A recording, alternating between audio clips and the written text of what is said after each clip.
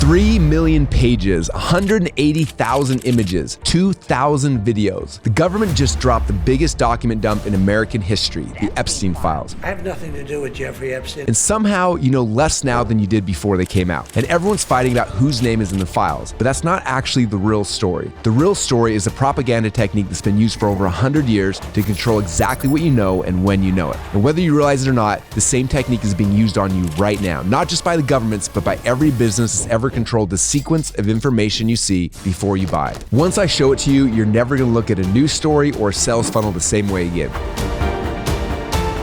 This is the Propaganda Playbook, where I take the biggest stories in the news and then I decode the propaganda techniques that are hidden inside of them. And then I show you how to use the ethical version of those same techniques to grow your business. So let's get into it.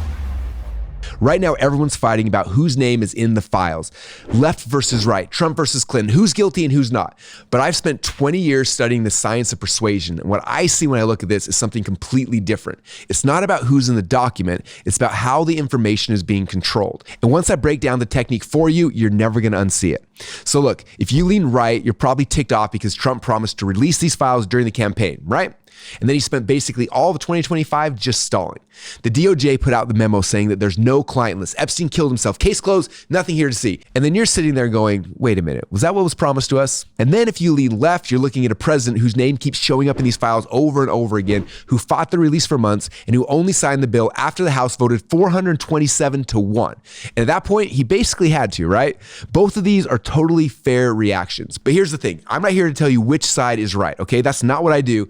I'm a propaganda expert and I've spent 20 years studying the science of persuasion. I actually own a first edition copy of Edward Bernays' book called Propaganda, and this is literally the guy who invented public relations. And I use what I've learned from that book to bootstrap a company past $1 billion in sales with no venture capital, just the science of persuasion applied to business. So what I'm trained to see when I look at something like the Epstein files isn't who is right, but how is the information being controlled and what's happening right now. And literally it is textbook. This is one of the most powerful propaganda techniques that were ever created. And by the end of this video, you're gonna see exactly how this technique works, where it was invented over 100 years ago. And here's the coolest part. If you're an entrepreneur or a business owner or a marketer, I'm gonna show you how to use the ethical version in your own business. Because once you see how the trick works, you can never unsee it. So what's happening with the Epstein files? It actually has a name. In the world of propaganda, it's called narrative control. Edward Bernays called it the invisible government. And I want to read you guys what Bernays wrote about this because I want you to really let this sink in, okay? He wrote this in 1928, almost 100 years ago. And just listen how relevant it is today. He said, the conscious and intelligent manipulation of the organized habits and opinions of the masses is an important element in a democratic society. Those who manipulate this unseen mechanism of society constitute an invisible government, which is the true ruling power of our country. Now, I want you to think about that for a minute. He's saying there are people behind the scenes, people you've never heard of, who are shaping what you think, what you believe, and what you actually want. And he wrote that almost 100 years ago, before the internet, before social media, before AI. It's 1,000 times more true now than it ever was then. So here's the principle underneath all of it, and it's super simple. Whoever controls the sequence of information controls what people believe. Not the information itself, the sequence. What's the thing you see first? And then what do you see second? And what do you never see at all? And then what gets put front and center? And what gets buried? That's the whole game, all right? Now, when you map this onto the Epstein files, you're watching a masterclass of this technique play out in real time. So let me walk you through it step by step, okay? Step number one, the promise. During the 2024 campaign, Trump promised to release the files. Now, from a propaganda standpoint, the promise itself is already doing the work, all right? It positions him as the guy who's going to pull back the curtain. It tells you what you want before any information even exists.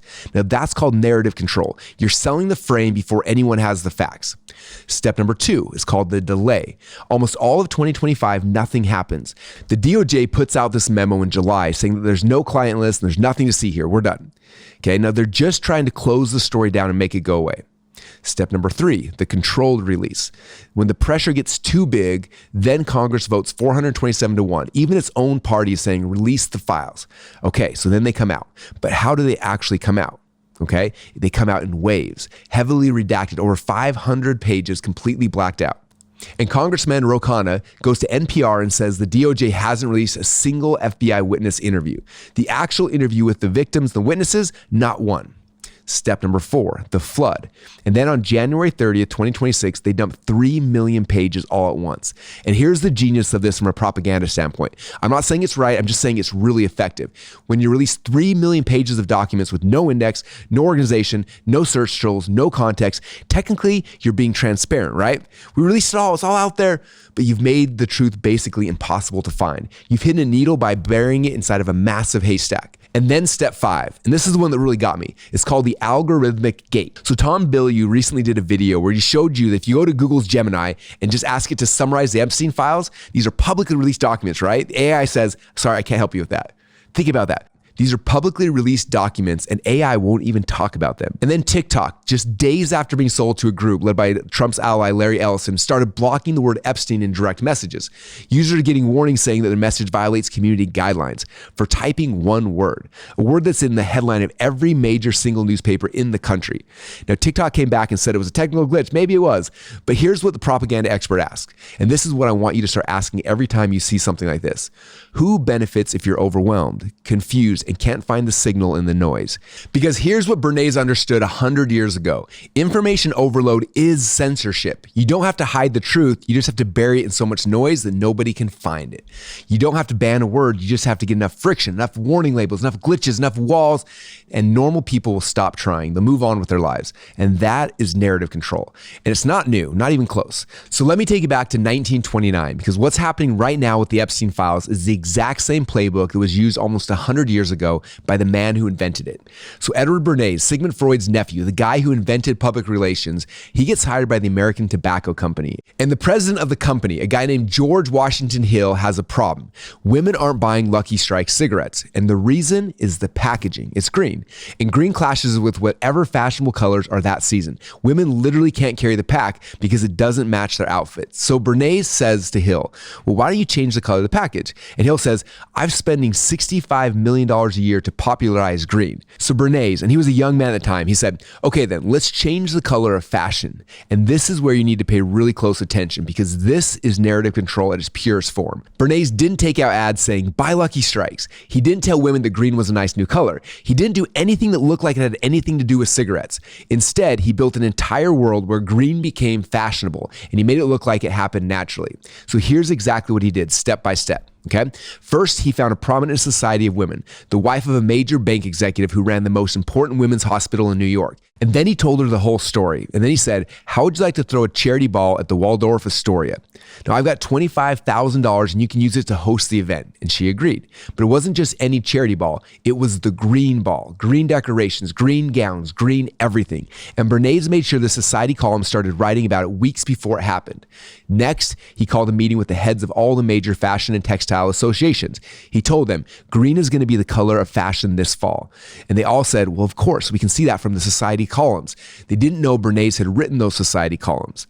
They thought it was organic. They thought fashion was just naturally moving towards green. Then he sent people to Europe to bring back impressionist paintings that featured green. He had society women pose for photos recreating those paintings in green gowns. Those photos ran in the fashion magazines. And then here's the best part. He got Harper's Bazaar and Vogue to put women in green on their covers. The covers of the biggest fashion magazines in the world. And the editors thought that they were making a fashion choice. They had no idea a cigarette company was behind the entire thing. And then in September, before the green ball even happened on October, Bernays walked past a newsstand and saw it. Harper's Bazaar and Vogue, but with women in green on the covers. And he said he knew right then he didn't have to do any more work. The machine was running on its own. Green was fashionable. Women wanted green. And now they saw the green Lucky Strike pack. It wasn't a clash anymore. It was a match. They were choosing Lucky Strikes because green was in. They were buying cigarettes because of a decision that they thought was their own. Now, I need you to understand why this story matters for what's happening with the Epstein files. Because Bernays didn't hide anything. He didn't suppress information. He didn't block anyone from learning the truth. What he did was so much more sophisticated than that. He controlled the entire information ecosystem, the society columns, the fashion industry, the art world, the magazines, the department stores, so that people arrived at the conclusion that he wanted them to reach and believed it was their own idea. That is narrative control, not censorship, not lying, building an entire world, a sequence of information so that by the time you form an opinion, the opinion has already been formed for you. Bernays' daughter said it years later. She said, democracy to my father was a wonderful concept, but I don't think he felt that all those publics out there had reliable judgment. They had to be guided from above. Guided from an above, an invisible government deciding what you get to know, controlling what information you see in what order through those channels. So by the time you think you're making a choice, the choice has already been made. And that is exactly step by step what you're watching happen with the Epstein files right now. The promise, the delay, the controlled release, the flood, the algorithmic gates, every single step is designed to manage what you believe, not by lying to you, but by building a world around where the truth is technically available, but practically impossible to find. Just like the fashion editors had no idea Bernays was behind the green covers, you have no idea who's sequencing the information you're seeing about these files or why. The DOJ needs more time to make redactions to protect victims. Now, here's where this gets really interesting for people like us. So when I watched all this play out with the Epstein files, the promises, the delays, the strategic releases, the information overload, I immediately recognized the technique. Not because I'm some political analyst or anything. I recognize it because I use a version of the same principle every single day in my business. So most people hear the word funnel and they think it's just a couple of web pages, right? A landing page, an order form, a thank you page. And yeah, that's the skeleton, but that's the same thing as saying a movie is just a screen and some speakers. When I build a funnel, I'm building an entire world. It's a world building experience for me. I'm creating an ecosystem, and inside that ecosystem, when somebody comes in, there are a couple core things I'm doing, okay? Number one, I'm trying to figure out what is the end result the person actually wants. Not the product, the result. What are they trying to achieve in their life? Number two, I'm trying to figure out what are all the other options they're looking at right now to try to get that result. Every competitor, every done for you option, every I'll just do nothing option. These are all things I'm competing against every single day. And number three, this is where most people mess it up. I have to figure out what I call my new opportunity. See, most people try to create what's called improvement offers. Mine's a little bit better than theirs, a better mousetrap, but that just doesn't work at scale. My whole focus is how do I create something that feels completely different from all the other alternatives? A new opportunity, a new category, something they've never seen before.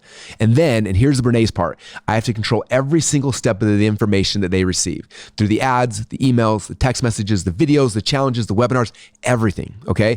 Every piece of content is doing one of a few things. It's casting stones at alternatives. It's breaking false beliefs that's holding them back. Or it's building the case that my new opportunity is the best and the only way for them to get the result that they actually want. And here's what's so cool about that. From the second somebody sees our ads, before they even click on anything, the world is being built around them. We're taking them through a sequence so that by the time they come out on the other end, they believe what we need them to in order to purchase the thing that we're selling. And then more than that is have them take on a new identity that's going to help them to actually be successful. When we built ClickFunnels, we didn't just sell software, right? We created an identity called the funnel hackers. And everything in our ecosystem was designed to get people to see themselves as a funnel hacker before they ever bought the product. The ads, the challenges, the free content, the webinars, it's all building that world. It's all controlling the sequence. Now, Bernays uses this technique to overthrow a government and sell cigarettes to women. I use it to help entrepreneurs build businesses that change their lives.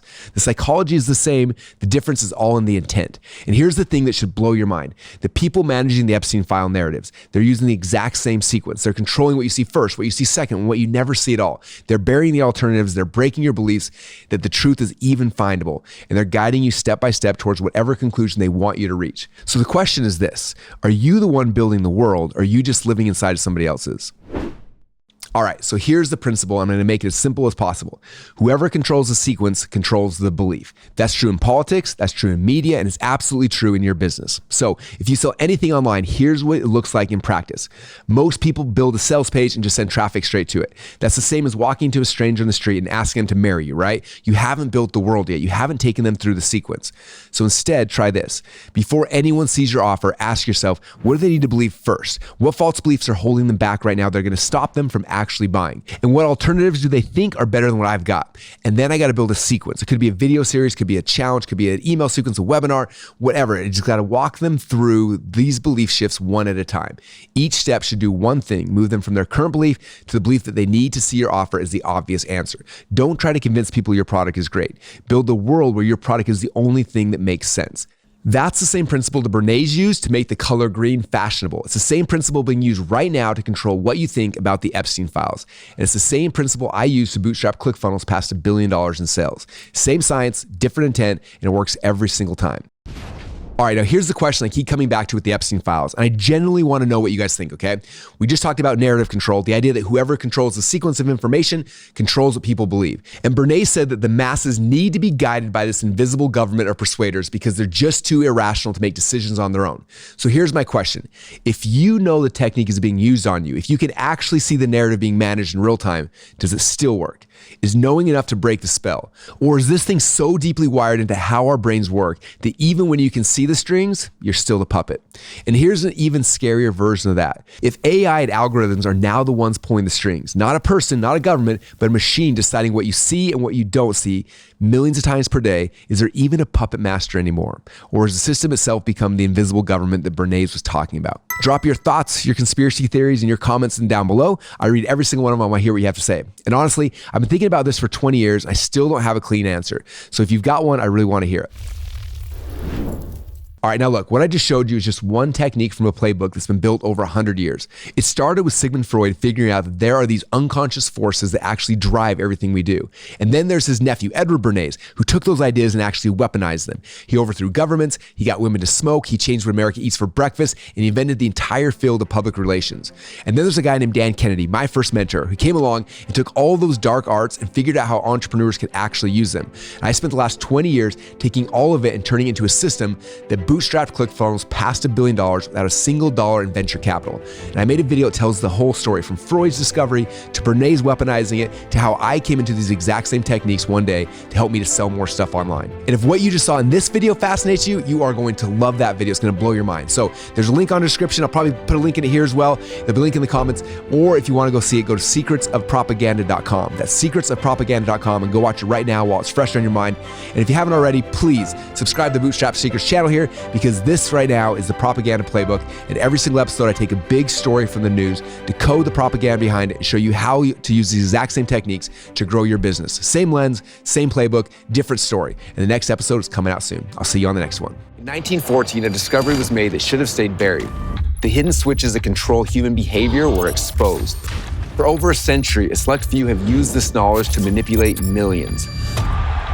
They've made women smoke, nations fight, and complete strangers stampede to buy things that they never even wanted.